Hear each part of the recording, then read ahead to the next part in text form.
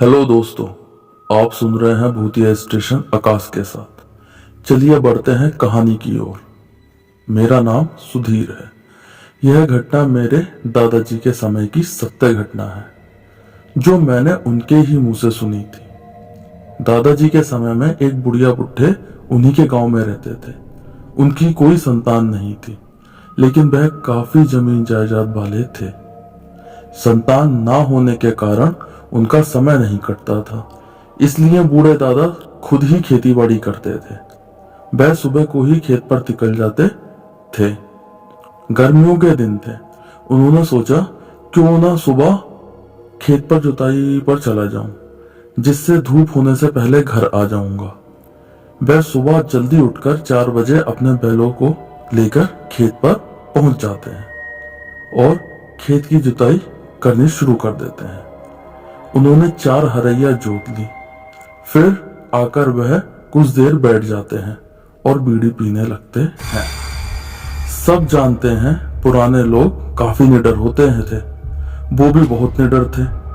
बीड़ी पीने के बाद फिर उठकर उन्होंने हल चलाना शुरू किया। जिस खेत में वह हल जोत रहे थे, उसके बराबर से एक आम का बाग भी था। जब बूढ़े दादा खेत जोत रहे थे, तब उस आम के बाग से उन्हें एक भूत देख रहा था।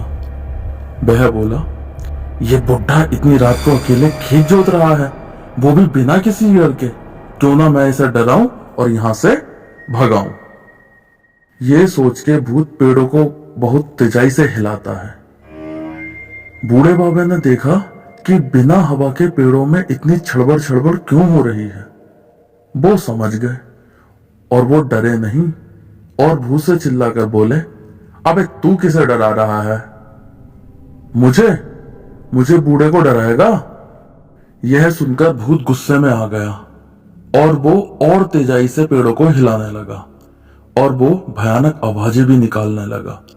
यह देख बूढ़े दादा बोले, करता रहे जो तेरे दिल में आए, मैं भी तेरा बाप हूं, अपना खेत जोत कर ही जाऊंगा।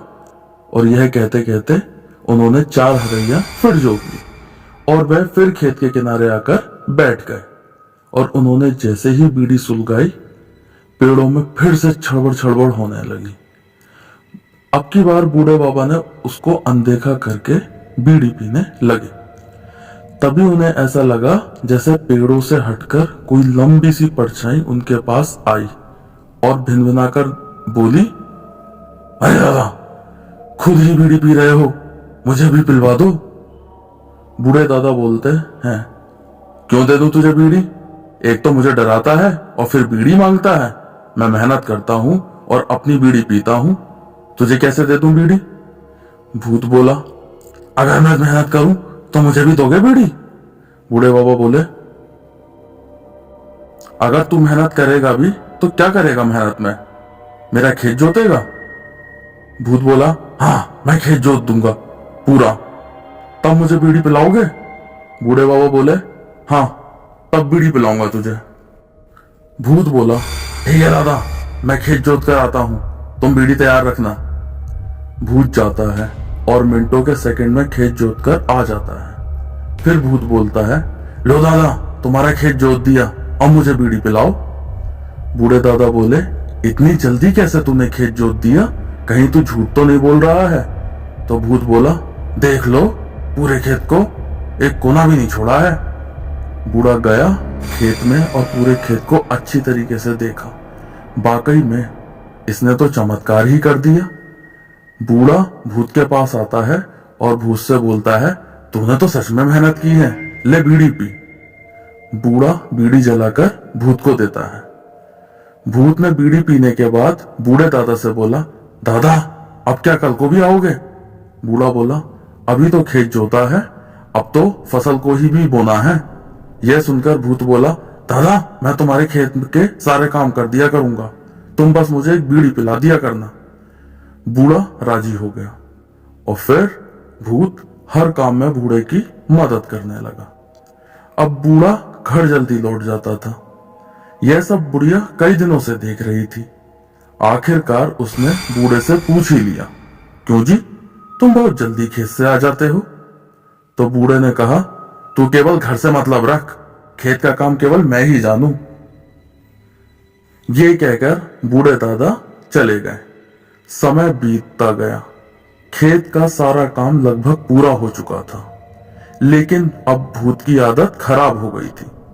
वो सोचता था बूढ़ा जल्दी आए और मुझे बीड़ी पिलाए।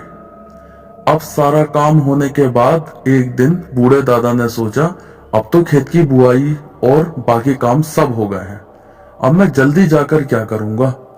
वो आराम से घर में सो रहे थे, लेकिन भूत उनका इंतजार कर रहा था।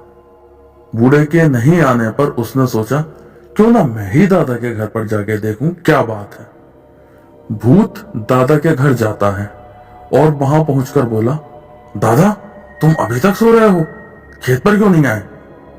बूढ़े ने कहा, अरे तू यहां क्यों आ गया, खेत का काम खत्म हो गया, तो मैंने सोचा अब आराम से खेत पर जाऊंगा और फसल देखूंगा। अच्छा ठीक है दादा, लेकिन मैं यहां आ ही गया हूं तो कम से कम एक बीड़ी तो पिला ही दो।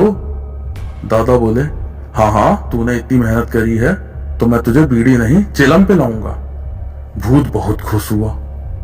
अब बूढ़े दादा उस भूत के लिए चिलम लेकर आए और भूत से ने चिलम पी और राम राम करके चला गया। अब बूढ़े दादा रात को खेत पर नहीं जाते थे, जिससे भूत इंतजार करते करते सीधे उनके घर पर पहुंच जाता था। अब तो भूत समय को ना देखकर कभी 12 बजे तो कभी 1 बजे बूढ़े दादा के घर पहुंच जाता और उनकी नींद खराब कर देता था। कुछ दिन तो जैसे तैसे कटे। जब बूढ़े दादा से नहीं रुका गया तो उन्होंने अपनी बुढ़िया से सारी बात बताई। ये सब सुनकर बुढ़िया बुढ़े से बोली, और न लगाओ भूतों को, अपने फायदे के चक्कर में ये अब नुकसान करेगा। अभी तो 12 बजे ही आता है, फिर ये पूरी पूरी रात सोने नहीं देगा। तुम पूरी रात इसे चिलम भरकर पिलाते रहना। पहले तुमने इससे अपनी गुलामी करवाई, अब ये तुमसे अपनी गुलामी करवाएगा। तो बूढ़ा बोला, अब तू ही बता क्या करूं। तो बुढ़िया बोली, देखो तुम एक आग का दायरा बनाओ और उसमें 2 ईंटें रखो और उसमें आग पूरे दिन जलाओ, जिससे ईंट बहुत गर्म होकर लाल पड़ जाएगी। और जब भूत रात को आएगा तो उससे बोलना कि तू हर रोज खड़े खड़े ही चिलम पीता है, आज इन ईंटों पर बैठकर आराम से चिलम पी। और जैसे ही भूत ईंटों पर बैठेगा वैसे ही उसका पिछवाड़ा जल जाएगा और वो भाग जाएगा। बूढ़े ने ऐसा ही किया। जैसे ही भूत ईंटों पर बैठा उसका पिछवाड़ा जल गया और वह यह कहता हुआ भागा, तूने तो मुझे जला ही दिया बुढ़े, तूने तो मुझे जला ही दिया। और इस तरीके से बूढ़े ने भूत से पीछा छुड़ाया और फिर भूत ना ही घर पर आया और ना ही खेत पर मिला। तो दोस्तों, आपको हमारी कहानी कैसी लगी कमेंट बॉक्स में जरूर बताएं और हमारे चैनल को सब्सक्राइब करें और हमारी वीडियो को लाइक करें। धन्यवाद।